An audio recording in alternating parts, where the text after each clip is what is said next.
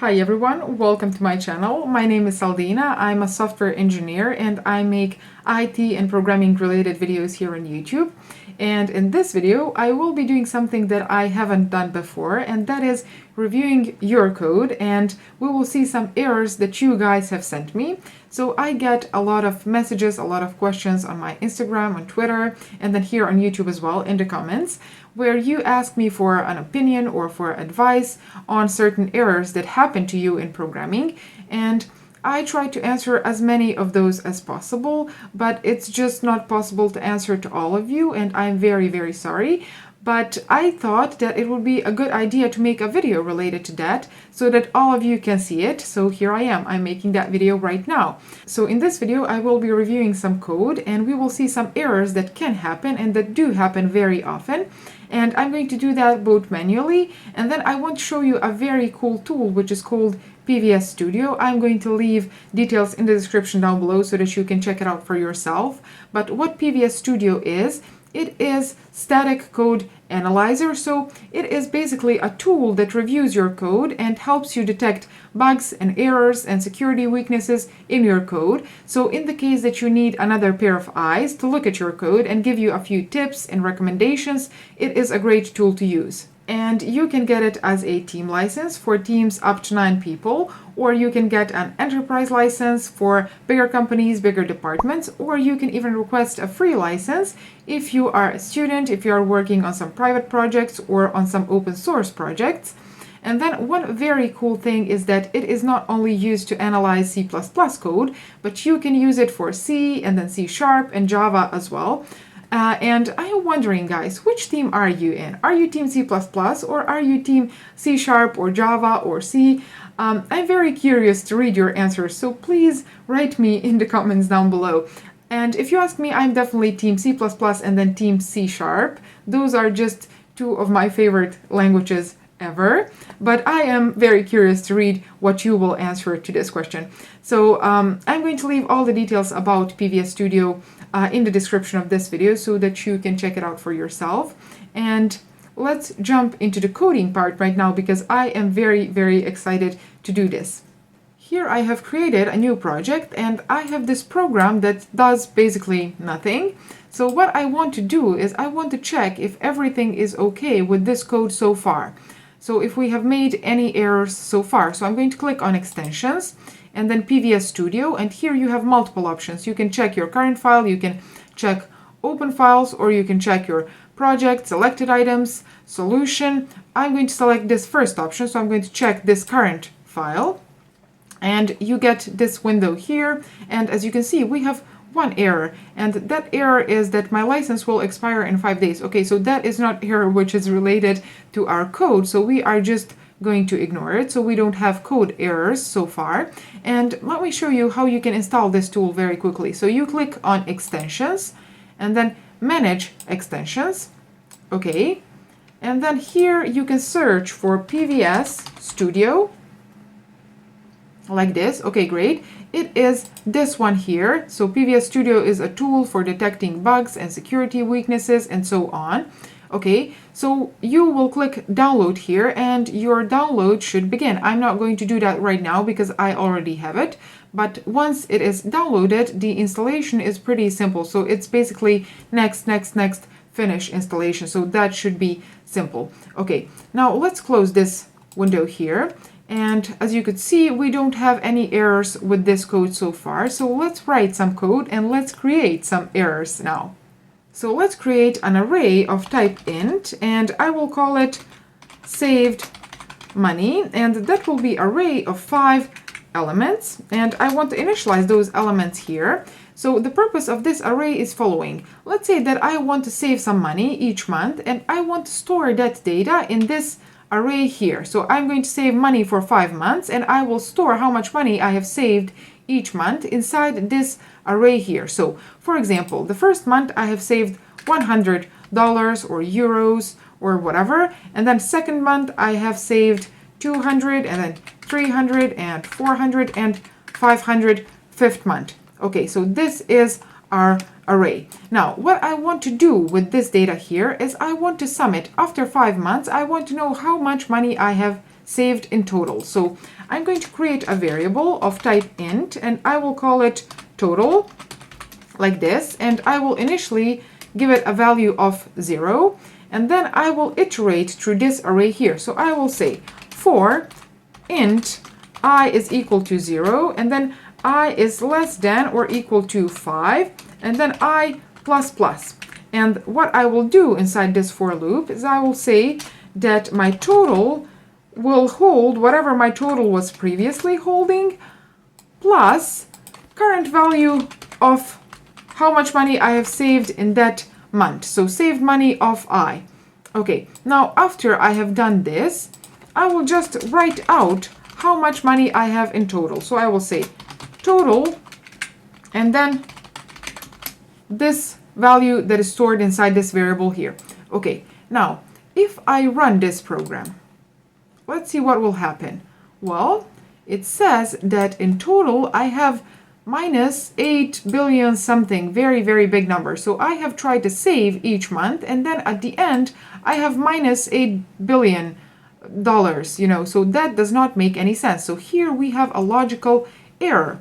Okay, so let's see what is this error that is happening. So let's click on extensions and PVS Studio, check current file to see what kind of error PVS Studio sees. And it says array overrun is possible. The value of I index could reach 5. And if I double click on that, it will take me here. And this part of code here is underlined, and this is actually our compiler. Our compiler is underlying this, and it says that, okay, it says index 5 is out of valid index range of 0 to 4. So this situation here says that this I is out of range of valid indexes that this array here can have. And if you are familiar with arrays, you know that indexing of an array starts with 0. So the first element has index of 0, and then 1, 2, 3, and 4. So valid indexes for this array here are from 0 to 4. And here we have accidentally written that this I is less than or equal to 5, and that is making a problem. So if I delete this part here, so if I say that my I is just less than 5, this error should disappear. So if I click on PVS Studio and then check current file, the error should disappear. Okay, it has disappeared now. So if I run my program, this program is behaving as expected. So this is one thing that very often happens. You can accidentally write less than or equal to, and then you can get a very, very big logical error. Another thing that can happen is if you're typing very quickly and if you lose concentration for a moment, and here instead of incrementing, you decrement this counter. So you say I minus minus, you should get an error as well. So if I try to build this program, let's see what our compiler will tell us. So here in this error list, it says ill-defined for loop counts down from minimum. So that's kind of helpful information. And then let's read this other warning. It says reading invalid data from saved memory. The readable size is 20 bytes, but minus 4 bytes may be read. So this is not really helpful for someone who is just starting. And then this third message, it says index minus 2 billion something is out of valid index range 0 to 4. Again, this is not really helpful for someone who is just starting. So let's see what our PVS Studio has to say. So I'm going to click extensions, PVS Studio, check current file. Okay, and this first error here says the condition I less than 5 of for loop is always true. So this is actually a helpful message, and if I click on this, I will be taken here, and it says that this condition here, I is less than 5, is always true. But why is it always true? Because we have started counting at 0, and then we try to decrement that value in each iteration, and doing that, we can never reach this condition here. This condition here will never become false. So that means that here we have created an infinite loop. And here our PVS Studio says, consider inspecting this for operator. So consider inspecting this for loop here because it will not be executed at all, or it can be executed incorrectly. And in this particular situation, it is going to be executed incorrectly. So it is going to be an infinite loop, which we don't want in this particular situation. So I'm going to correct this error here. So I'm going to return it to I++. But that is sort of a help that you can get from PVS Studio, and this here is a pretty simple program because it has just a few lines of code where all the bugs can potentially happen. But imagine working on a very, very big project and then something like this happens. So imagine something like this happening on a program that a bank uses. So you are trying to save money for a couple of months, and then the program says that you are in debt, that your balance is minus 2,000 or 20,000 or something like this. So this can create very, very big issues. And in this particular situation, if you have a bug like this, you will want to have all the help that you can get. And sometimes that can be just the help that you get from your compiler, or if you have a very, very big problem, you will definitely benefit from tools like PVS Studio, which will give you some additional information on that situation that is happening and on that problem that you are having. And then there are other situations where you can have very, very big problems, but your compiler will not be helpful at all because your compiler will not be able to see those potential bugs that you are creating inside your code. So in order to demonstrate that, let's delete all of this code here because I will not need it anymore. And what I do need is to create a function here. So let's create a function of return type void, and I'm going to call it my function. Like this. Okay, and what I want to do inside this function is I want to create an integer pointer, PTR. So if you're not familiar with the topic of pointers, make sure to watch the playlist that I will link here. It is the playlist where I explain pointers in C++ because it is one of the most important topics in C++, and it is the example that I will be using here. So I have created an integer pointer, and I'm going to say now you will point to a new array of integers, and that array will have 5 elements like this. Now, what do I want to do with this array? Well, let's do something very simple. Let's say ptr of 2 will hold the value, okay, it will hold the value of 10 like this, and then let's just write out something. Let's say hi, I am equal to, and then ptr of 2. Okay, so this here is pretty simple example that does basically nothing important, nothing useful, but I will use it to demonstrate a very, very big issue that can happen in this situation. So I'm going to invoke this function here. So I'm going to say my function like this, and I have successfully invoked this function. So if I run this program, it says, hi, I am 10. So nothing unexpected happened. Or did it? Okay, if I inspect my errors list, it says that I don't have any errors. So if you ask a compiler, it will tell you that everything is perfectly fine. So let's now ask PVS Studio. Here it has already detected 2 potential issues, but you can click PVS Studio and then check current file just to be sure. Okay, and it says visibility scope of the PTR pointer was exited without releasing the memory. A memory leak is possible. So what we have done here in this program is we have created memory leak. Where? Here. So here we have said, please give me, in my dynamic memory, give me array of 5 integers. And this is going to be done in dynamic memory. So once this function is finished, once this function ends, we are going to lose this PTR. So we are going to lose the address of the first element of this array here. So here, if I try to do something like PTR, I cannot access this variable here anymore. This variable has its scope, and that scope is inside this function here. And once this function exits, we are going to lose the address of this array here, which means that we will not be able to deallocate this memory here. Now let's delete this. Okay, here, as you can see, this memory leak is not a big memory leak. Here we are leaking 5 integers. So we are leaking an array of 5 integers, and that is not very big problem. But usually what happens in real life is that you are not creating an array of 5 integers. Usually you are creating things that require much more memory than just an integer array of 5 elements. So here, as I said, we are leaking 5 integers, but imagine a situation where you're creating an array of 5,000 or 50,000, and not integers, but objects of type user, like this. And this user has some pretty heavy data in it. For example, it has some images and things like that. So here you are creating 50,000 users. And to make things worse, imagine not invoking this function only once, but imagine invoking this function in a for loop, for example. So invoking it 100 times or 1,000 times or 100,000 times. That is going to be a huge memory leak.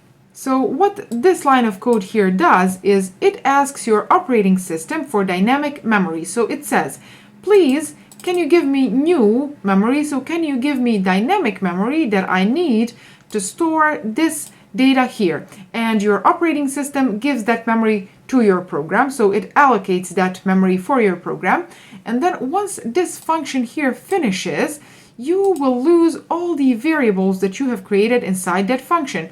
And that is this PTR variable here. So that means that the address of this array here, which was stored inside this PTR variable, is lost now. And now you will not be able to deallocate this memory here, which means that you will not be able to say, okay, now I am done with this memory, which is a lot of memory, and now I'm going to return that back to my operating system because I don't have unlimited amounts of memory, and my operating system maybe would like to give that memory to some other program. So once this function here ends and you don't deallocate this memory here, you are leaking that memory. And that is exactly the error that you have here. It says a memory leak is possible, whereas your compiler here said expected a type specifier, which is error that we have here because it does not know what is this user. So I'm going to return this back to int.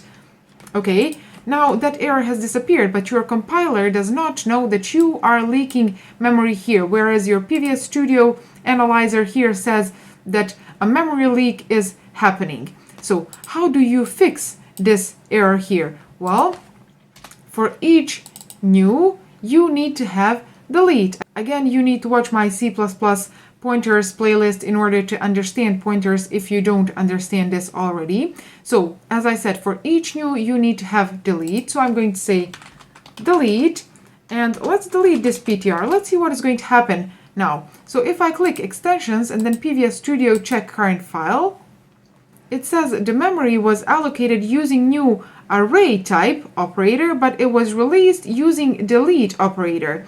And then it gives you a recommendation here. It says use delete array pointer instead. So here we are trying to allocate memory for an array, but we are not deleting that entire array. So here we are leaking memory again. So here I'm going to use these square brackets in order to indicate that I want to delete this entire array that I have allocated in this line of code here. So now we shouldn't be leaking memory anymore. So let's check that out. I'm going to say PVS Studio, check current file, and let's see.